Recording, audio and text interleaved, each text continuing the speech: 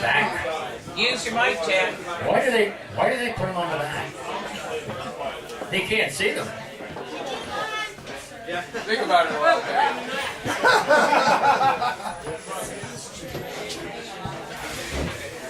This poem is called Leaf Shepherd. You know what shepherds do with sheep, right?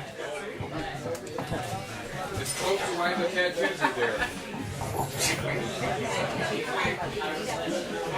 The reconditioned leaf blower from Sears, so many years beyond memory, intended to replace the many hated rakes still there in the garage, hateful everyone still, never realizes its full potential.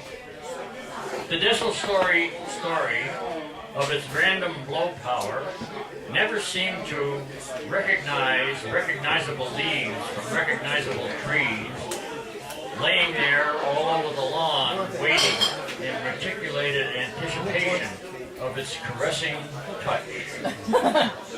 Unfortunately, it is low power, never able to reach even the most fecund leaf until it floats dreamily into reach, hysterical with desire, shoving and elbowing other leaves. The reconditioned leaf blower blows without regard to genus, color, or sex. Leaves are sexual, you notice? The oak with the maple, the birch with the hawthorn, the red plum with the sycamore, into small piles, then larger, finally to the tree lawn in gasping heaps, left satisfied and breathless, waiting in helpless spentness for the city collector to scoop them up for the leaf graveyard.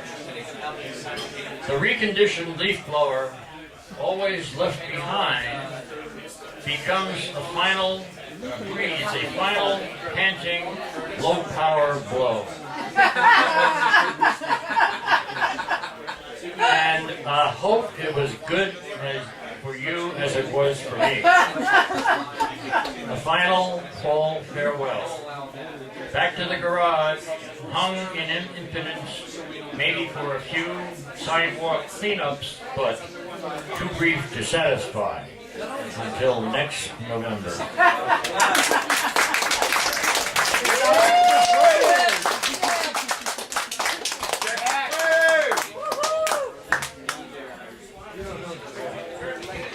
We made some kind of a tape. I don't know exactly what it was, but it's being played on a loop over in RTA terminal in East Cleveland.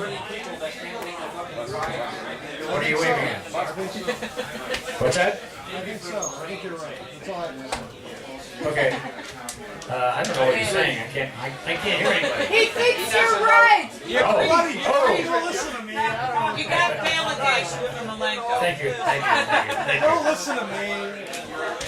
Anyway, here's a sentimental little poem that I wrote for that and recorded. Called Whatever Road. I have often made the choices of the paved, the tarred, the gravel, looking for utopia along a road less traveled. But I've gradually discovered, though, as I pass along my ways, that the road's not so important as the way I live my days. Yes, it hasn't seemed to matter where I've been or how I've gone. I find the joy that's in the journey along whatever road I'm on.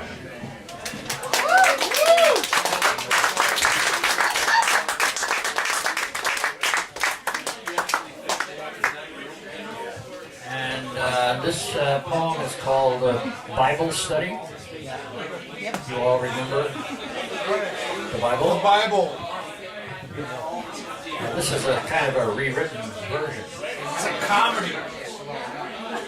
After the long silence, first morning dawned, poet song rose and greeted the day with a sestina, the first sound. Just before Adam yawned and scratched, turned and discovered Eve lying there next to him, all hot and bothered.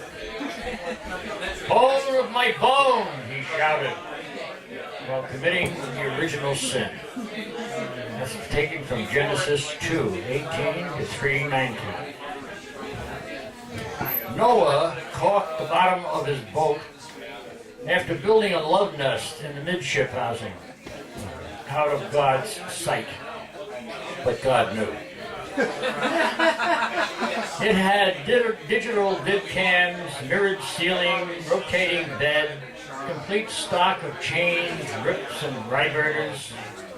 He said, after 600 years, you need a little kink to keep it interesting. That's from Genesis 6:14. It's really there. They barely thought up Sodomy and Gomorrah when the volcano blew. Lot headed for the hills after his wife got outpaced from the salt mine. Later, the two horny daughters with the hidden agenda got their father drunk and originated incest. Also demonstrating you can get an old man off, even when he's Luther. That comes from Genesis 19:1 to 38. Then Onan committed the first recorded act of coitus interruptus. You all know what that is? Sending poor, desperate Tamar off to fuck her father-in-law, Judah. He knocked her up pretty good, with twins Perez and Zerah. They were the ones who somehow managed to switch places coming down the birth canal, being the original demonstration that last shall be first. Genesis 38:1 through 30. Poets wrote all this down. Ezekiel, Jeremiah, you know, that crowd. But they couldn't get it published.